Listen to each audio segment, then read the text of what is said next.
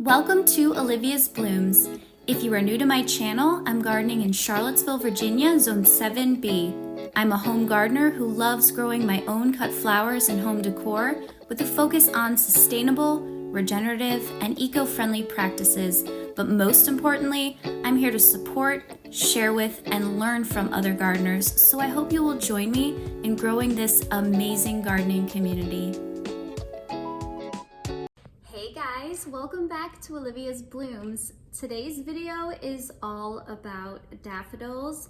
To be honest, guys, I did not realize how amazing daffodils were until this season. I never really grew daffodils for cutting. I'm familiar with the single basic trumpet variety that you see everywhere, which are beautiful. But last fall on a whim, I grabbed a variety of double cut flower daffodils through a special that came from Flower Hill Farm through Jake's Wholesale for the Small Scale Grower. I thought, why not try it? Everyone else seems to love them. And I am in love. I am so impressed with the variety and the amount of texture and scent from these beautiful flowers, and we'll definitely be growing them from now on going forward. And I thought it might be fun to share with you the varieties I grew, how they grew for me here in Virginia in Zone 7B, so that if you're interested in growing cut flowers, daffodils, you can figure out if you want to try one of these varieties or maybe even a mix like I did. So I only have 4 varieties so far that I can discern. There might be more, but this was a mix that was not labeled. So what I've done is I've done my best to identify these, matching them up with Florette's library, with what they look like and what the scent is, but I'm going to show you each one and kind of how they've performed for me. This isn't a perfect test because as many of you probably know already, daffodils often perennialize, which means they'll come back year after year. These are all first year flowers, so they might not be performing as well as they would if it was their second or third or fourth year. So I'm going to show you at least what they looked like the first year, and then maybe we can do another video next year and see if they came back even stronger or taller.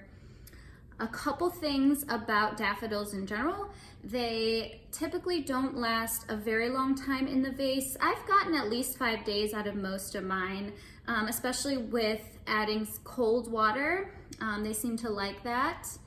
And they do exude a toxic sap-like substance that reduces the vase life of other flowers. You can pair them with other flowers, but what's recommended is, and I found that this has worked for me, is you want to give them about 3 to 6 hours depending on the source that you get your information from. I'm giving them at least 6 hours in water, and usually they'll scab over on the bottom. Let me see if I can show you one. And that really stops the sap from coming out, and at that point you take them out of the water, and then it's usually safe to pair them with other flowers. But I think they're also just gorgeous on their own. Look at these. So I'm gonna go through, tell you each variety, and then I'm also gonna take you outside and show you all of the daffodils blooming in my landscape. I do have some that I haven't been using for cutting that you might wanna see too. So I'm gonna start with the variety that bloomed earliest for me. And I had a lot of variation in this variety in terms of both the stem length and the bloom size. Some of these are a little faded. It is possible that this is 2 different varieties, but I can't distinguish them, so I'm gonna call them all the same variety, and that is Flower Drift. So here's a good mix of the flower drifts I've been getting. And you can see they are double white petals with this ruffly, folded, frilly center trumpet that sort of folds in on itself. I have one where the trumpet is a perfect circle. Where did it go? Here it is. I can't find a variety that looks like this, so I'm thinking this is just the same as the flower drift. It just happens to have a perfectly circular, versus if you look at this one, This one has a more roughly folded in on itself center. I've also noticed some are more of a clear white and others have more of a yellow tone with yellow sort of stripes on the edge. If you can see there, see the little stripes? Ooh, not good at pointing. See the little stripes there? And then variation in stem length. So my very first ones had long stems. This is a pretty good size stem. I'd call this about 18 inches maybe. The majority of them though were on the shorter side. This is more like 8 to 9 inches. I don't even think this is 12. I did get multiple stems off of most of these, which is nice because not all the daffodils I'm getting more than one stem off of, so that is a bonus. Now, for those of you that are going to be using these in your home vases, 8 to 9 inches is fine. I think that's plenty. But if you are going to be growing these to sell, I typically would want at least 12 inches, so it'll be interesting to see if these do better next year. These were among the earliest to bloom. And according to Florette's library, flower drift is typically 12 to 18 inches. So again, I only got a few that were that tall. There's a lot of variety. And they usually bloom early to mid. So I did find that they bloomed early to mid. One thing to note about my area is that we don't get a long winter, a long cold winter here. So I did not buy these bulbs pre-chilled and they still did pretty well. In some areas where it's really warm, sometimes in our area, but usually more south, you will buy pre-chilled bulbs. And the reason to do that is that they need that chilling time because where they naturally occur is in a colder climate to be able to have those long stems and perform well for you. But I had great results without needing to buy chilled bulbs. And as you can imagine, it's a little more expensive if they are pre-chilled. But enough about chilled bulbs. And then I would describe the scent of flower drift. The best way I can describe it is suntan lotion. It's a little bit tropical, but a little bit soapy. I wouldn't say it's the most pleasant scent, but it's a very faint scent. And it definitely has tropical notes. The next variety I'm going to show you is probably the best performing variety for me for several reasons. And definitely I'm going to grow this one again. So this one is Tahiti. I have a lot of good examples here. So Tahiti, as you can see, is bright yellow, lots of layers of petals, very consistent bloom size. So if you want to do like a big bunch, it'll be a nice look with all of the same size heads. I also really like that the Tahiti are very upward facing, which makes them easy to use in a bouquet. Whereas some of the white lions definitely are more downward facing in my experience so far, which makes them harder to work with. And the flower drift are somewhere in between, but for the most part are upward facing. And you'd be surprised how important that is when you're making a bouquet. Which way the blooms face. And this one actually bloomed pretty early for me, but the reason that I have so many of these is that I found that they held over really well in the cooler. And what's even more interesting is for those of you that are planning to use daffodils for cut flowers, I accidentally cut a lot of my doubles in the pencil stage, and the pencil stage is when the flower is sticking straight up and down. And usually what's recommended for doubles is you want to harvest it in the gooseneck stage when it's already started to open a little bit.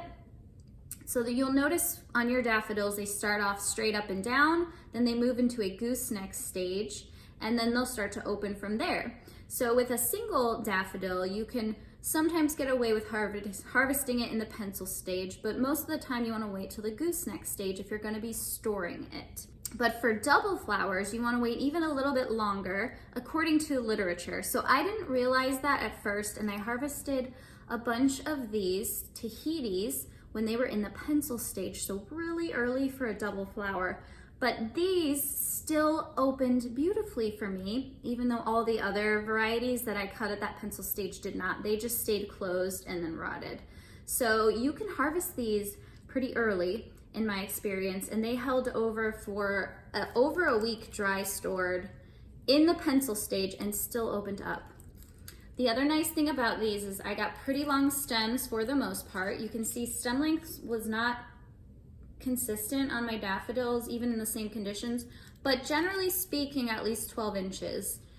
Another thing I love about these is the scent is so nice.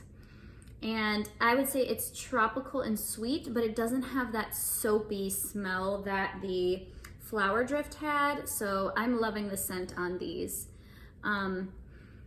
A must grow, I would say, for your daffodil cut flower garden. The next variety, I don't have a lot of good examples to show you at the moment, but I do have some video footage that I will show you that I took outside. And this is what I believe is white lion. According to,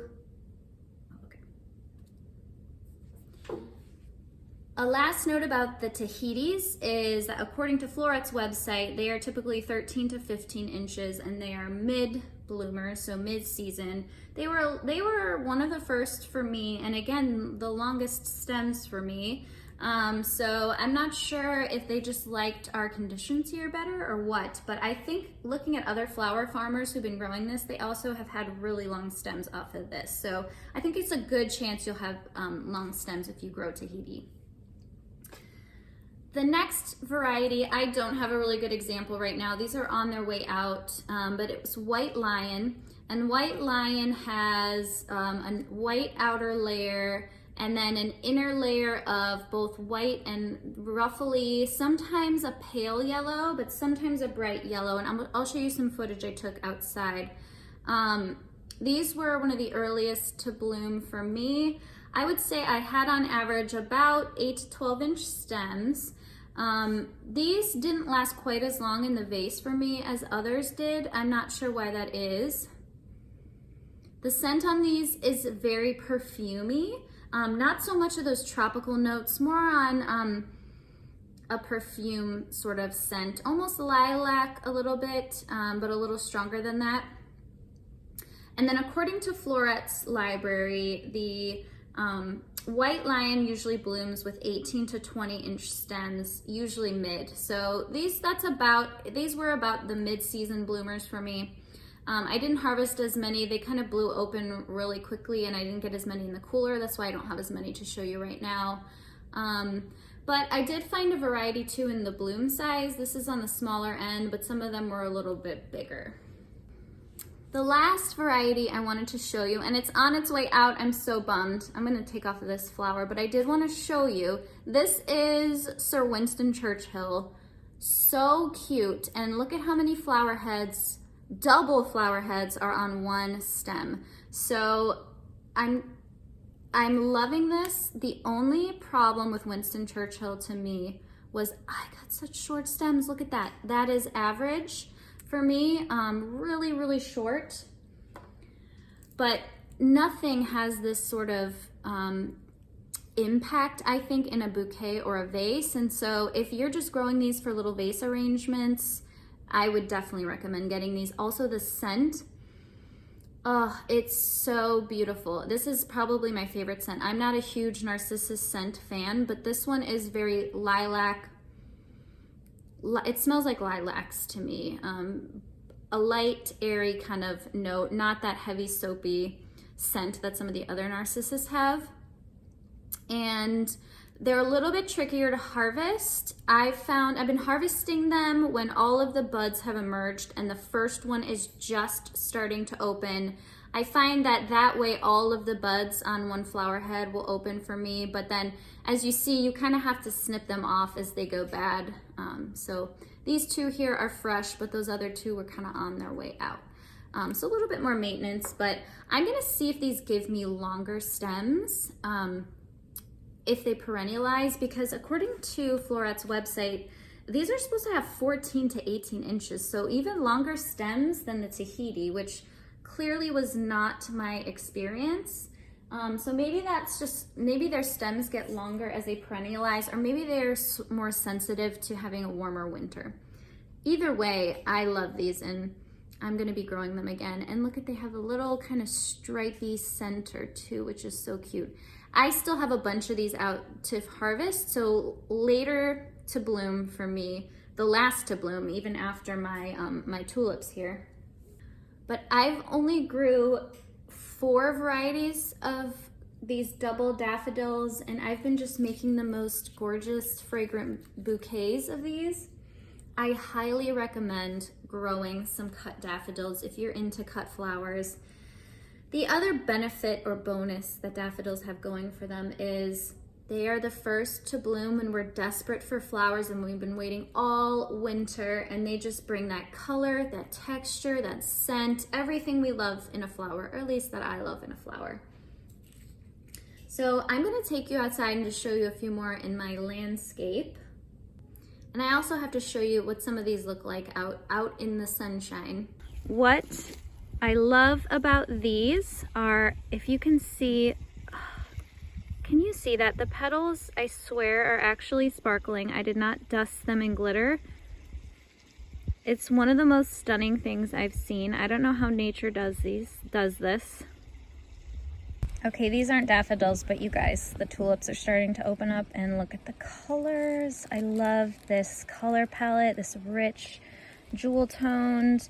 And this anemone, I cannot believe how long its vase life has been. Really long stems on this anemone, and it is now in day 7 and doesn't show any signs of fading. So I just had to show you guys a sneak peek of some of the tulip bunches I'll be offering. So here we are out in my lasagna garden, and unsurprisingly, most of the daffodils here bloom just a little bit earlier than the ones out in my landscape, and that's because raised beds tend to be a little warmer. So the daffodils are done, and some of them I got a couple stems off of, most of them just one. But now the tulips are starting to come up, and that's probably the perfect stage where I would like to harvest it and put it in my cooler. Maybe right here where the color is cracking. You can see here I do have one daffodil that's going to be ready to harvest here any day. Because this is a double, I'm going to wait till it opens up just a little bit more, but shorter stem on this one. And the second stems I'm getting off of these tend to be shorter. So you can see I already cut one off of this, and the first stem was probably a little bit taller. Here's some tiny little doubles out in my landscape. I did not cut these. These I grew just for us to look out and see some pops of yellow. But I could probably cut these. The stems on these are fairly long. I'll try and figure out what variety this is. That is more than a double. It's got tons of petals. Hi, Chase.